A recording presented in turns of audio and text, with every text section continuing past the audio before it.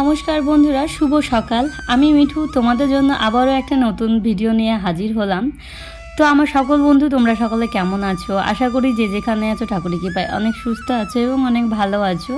হ্যাঁ, আর আমরাও অনেক সুস্থ আছি এবং অনেক ভালো আছি বলেই তোমাদের জন্য আবারও কিন্তু একটা নতুন ভিডিও নিয়ে হাজির হয়েছি।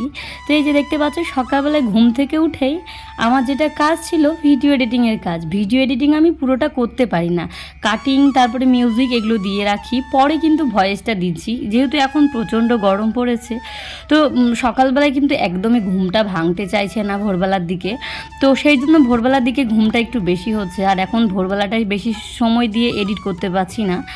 তো ওই এডিট করতে করতে প্রায় 7টার মতো বেজে গেছে ঘড়ির কাটায়। তো যেটুকুনি হয়েছে সেটুকুনি কাজ বাকি রেখেই আবারও এই যে তোমাদের জন্য আবার রেগুলারই ব্লগ দিতে হবে, সেই জন্য আবারও স্টার্ট করে ফেলেছি নতুন ভিডিও। রিকোয়েস্ট করব তোমাদের কাছে যে তোমরা পুরো ভিডিওটা স্কিপ না করে দেখতে থাকো এবং আমার কথাগুলো মন দিয়ে শুনতে থাকো, দেখবে অনেক ভালো লাগবে ব্লগটা। তো বন্ধুরা, তোমাদেরকে একটাই কথা বলবো যে জানো তো, যখন জিনিসের হয়তো প্রয়োজন খুব জরুরি দরকার পড়ে, তখন একটা হলেই কিন্তু চলে যায়। আর যখন দেখবে অপ্রয়োজনীয় একটা থাকলেও চলে যাচ্ছে, তারপরেও যদি সেই জিনিসটা অতিরিক্ত পেয়ে যায়, তাহলে কিন্তু সেটার মূল্যটা অনেকটাই কমে যায়। সেটা মানুষের ভালোবাসা বলো আর জিনিসপত্র কিংবা কোনো সামগ্রিক জিনিসই বলো। তো চলো আজকে সেটারই গল্প করব, তোমরা পুরো ব্লগটা দেখতে থাকো। এই যে সকালবেলা ঘুম থেকে উঠে বেড কভারটা একেবারে নতুন, এই বেড কভারটা নিয়েছিল 350 টাকা। যদি বলো কোথা থেকে নিয়েছি, আমাদের বাড়ির একটুখানি গিয়ে একটা হাট বসে, ভাকুরির হাট, সেই ভাকুরিয়া হাট থেকে তোমাদের দাদাভাই 2টো সেট বিছানার চাদর নিয়ে এসেছিলো। তো এটা হচ্ছে তারই মধ্যে একটা, আরেকটা কিন্তু যেটা তুলে দিয়েছি সেটা হচ্ছে ওটাকে কাচার জন্য বের করে নিয়েছি বাইরে। আর বেড কভারটা আমার খুবই একটা পছন্দের আর খুব সুন্দর, আর অনেক দিন পরে এই নতুন বেড কভারটা পাতলাম। যাই হোক, বেড কভারটা তোমাদের কেমন লেগেছে অবশ্যই কমেন্টে জানিও। এই যে ঘরদোর সুন্দর করে ঝাড় দিয়ে গুছিয়ে একেবারে বেরিয়ে গেছি বাইরে। এটা হচ্ছে আমার বাড়ির সামনের দিকটা। বাড়ির সামনের দিকটা যেহেতু আমাদের একটুখানি উঠোন রয়েছে, সেই উঠোনটা কিন্তু একেবারে ঢালাই করা রয়েছে, কারণ এই উপরেই রয়েছে সিঁড়ি। ঘরের যে চালের জলটা সেটা কিন্তু এই সামনেটায় পড়ে পড়ে অনেকটা গর্ত হয়ে মাটিগুলো ধুয়ে ধুয়ে চলে যেত, সেই উপলক্ষে কিন্তু এই ঢালাইটা করা হয়েছে, সেই কারণেই। তো গাইজ, যাই হোক, ঢালাইটা করাতে আমাদের অনেকটা সুবিধা হয়েছে, মাটিগুলো কিন্তু আর কেটেও যায় না এবং ধুয়েও যায় না। আর সামনেখানে গর্ত এবং অগোছালো যদি হয়ে থাকে তাহলে কিন্তু দেখতে একদমই ভালো লাগে না। সেই জন্য ওই ঢালাই যেগুলো দেখলে সেটা কিন্তু আমি আর তোমাদের দাদাভাই নিজেই করেছিলাম। তো বলে না, জুতো থেকে চণ্ডীপাঠ সব কিছুই আমরা জানি। হ্যাঁ বন্ধুরা, সব কিছুই ম্যানেজ করে নিতে পারি। তো এই যে দেখতে পাচ্ছ, এদিকে কিন্তু আমি উঠোনটা ঝাড় দিয়েছি সামনের দিকটা, পিছন দিকটা কিন্তু এখন আমার বাকি রয়েছে। পিছন দিকটা ঝাড় দিয়ে কিন্তু আমি ঘরের মধ্যে প্রবেশ করি না, পিছন দিকটা ঝাড় দেওয়ার পর কিন্তু একেবারে সাবধান করে তবে ঘরে ঢুকি। তো এই সামনের দিকটা ঝাড় দিয়ে নিয়েছি, তারপরে যেটা করব সেটা হচ্ছে ঘর দুয়ারগুলো সুন্দর করে মুছে নেব। আর এই যে 2টো বাদর রয়েছে, বাদরগুলো লাফালাফি নাচানাচি করছে, সেই জন্য আমি আবার একটু স্টপ হয়ে গেছি বলতে রান্নাঘরের যে কাজগুলো রয়েছে আমার সেগুলো করছি। যতক্ষণ না ওদের খেলা হচ্ছে, যতক্ষণ না বাইরে বেরোচ্ছে, ততক্ষণ কিন্তু আমি ঘরটা মুছতেই পারছি না। তো সেক্ষেত্রে মেয়ের জন্য বসিয়ে দিয়েছিলাম 2টো ডিম, কারণ ও ঘুম থেকে উঠে এখন 2 ভাই বোন মিলে খেলা করছে, দেখতেই পাচ্ছ। এটা পাশের বাড়ির একটা দাদার ছেলে। এইদিকে আমার ডিমটা কিন্তু সেদ্ধ হয়ে গেছে আর মেয়েকে দিয়ে গেলাম। মেয়েকে বললাম তুমি মুখটা ধুয়ে এসো, আর ও ঘুম থেকে উঠে একেবারে খেলায় মগ্ন হয়ে গেছে। মুখ ধোয়াটা একদম মানে অপছন্দের জিনিস একটা, কিন্তু ও হয়তো বড় হলে বুঝতে পারবে যে মুখ ধোয়াটাও একটা রেগুলারই কাজ। তো যাই হোক, এখন যেহেতু ছোট আছে সেই জন্য বিরক্ত বোধ হয়। আর এইদিকে দেখো, আমি চলে এসেছি রান্নাঘরে। রান্নাঘরটাকে সুন্দর করে ক্লিন করে মুছে নিয়ে বাসনপত্র যা ছিল সব টিউবওয়েল পাড়ে ঢিপ দিয়ে রেখে একদম মেজে ধুয়ে তুলে নিলাম। আর এই যে তারপরে মেয়ের কটা জামাগুলো রয়েছিল, সেই জামাগুলো কেচে নেব। আর সত্যি কথা বলতে এত গরম পড়েছে, তোমাদের আর কি বলবো। কাল আগের দিন বৃষ্টি হয়েছিল, তোমাদের সঙ্গে শেয়ার করেছিলাম, বাড়ির অল ফ্যামিলি সবাই মিলে মাথায় তেল দিয়েছিলাম।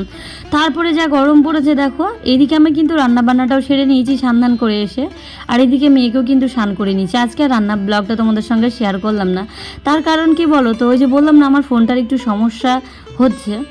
তো এখন তো প্রায় মানুষ বেশি সময় দেয় হচ্ছে ফোনে, তো আমারও সেই বিষয়টা হয়েছে যে রেগুলারই আমার সব সময়ের ক্ষেত্রে ফোনটা আমার ব্যবহারই হয়ে যাচ্ছে। ব্লগিংয়ের ক্ষেত্রে সারাটা দিন হচ্ছে ব্লগিং শ্যুট করি, তারপরে আবার এডিটিংয়ের সময়, তারপরে আবার ভিডিও পোস্ট করতে গিয়ে তখনও আবার কিছু, মানে প্রায় সময়টা বেশিরভাগ ফোনেই কাটে।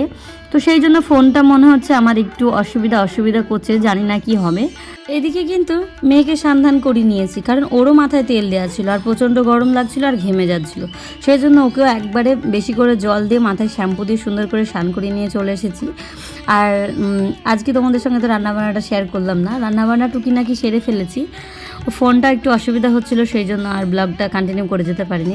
আমরা যেখানে রয়েছি তার সামনাসামনি রয়েছে একটা জানালা, দেখতেই পাচ্ছ। আয়নাটা খেয়াল করলে হয়তো তোমরা বুঝতে পারবে।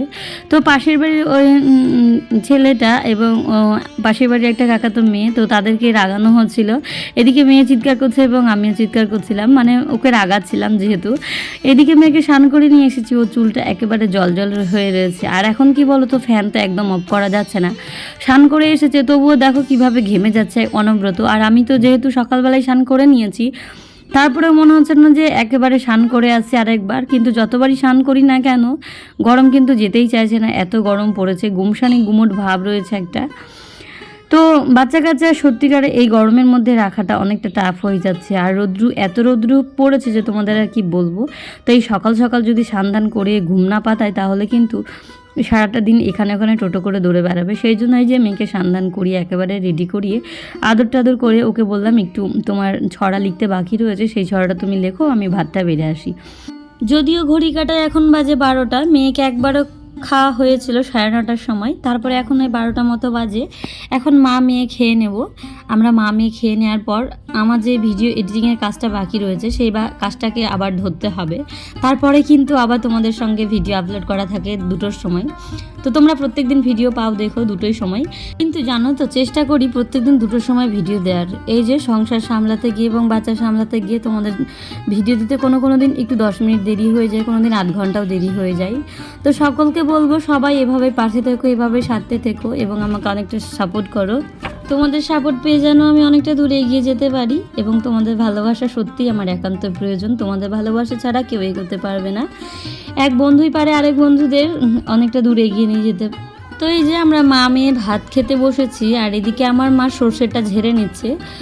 ওই যে আগের দিন শেয়ার করেছিলাম না যে সর্ষেটা রোদে দিয়েছিলাম, সেটাকে ঝাড়া দিচ্ছে, সর্ষের তেলটা ভাঙিয়ে আনবে। তো এদিকে তোমাদের দাদা ভাইয়ের কথা ছিল আজকে সর্ষেটা ভাঙানোর কথা, তো উনি গেছেন বাজারে।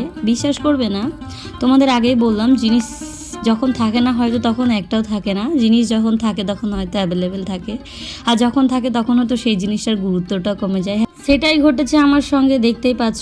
আমার একটা পুরনো স্ট্যান্ড ছিল, সেই স্ট্যান্ডটা তোমাদের এর আগের 2টো ব্লগ আগে তোমাদের শেয়ার করেছিলাম।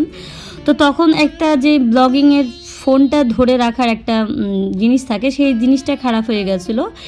এই যে দেখতে পাচ্ছ এই সাদা ছোটোটা, তো সেই সাদা ছোটোটা আনতে গিয়ে তোমাদের দাদা ভাই আবার বাজার থেকে এই বড় স্ট্যান্ডটা নিয়ে এসেছে।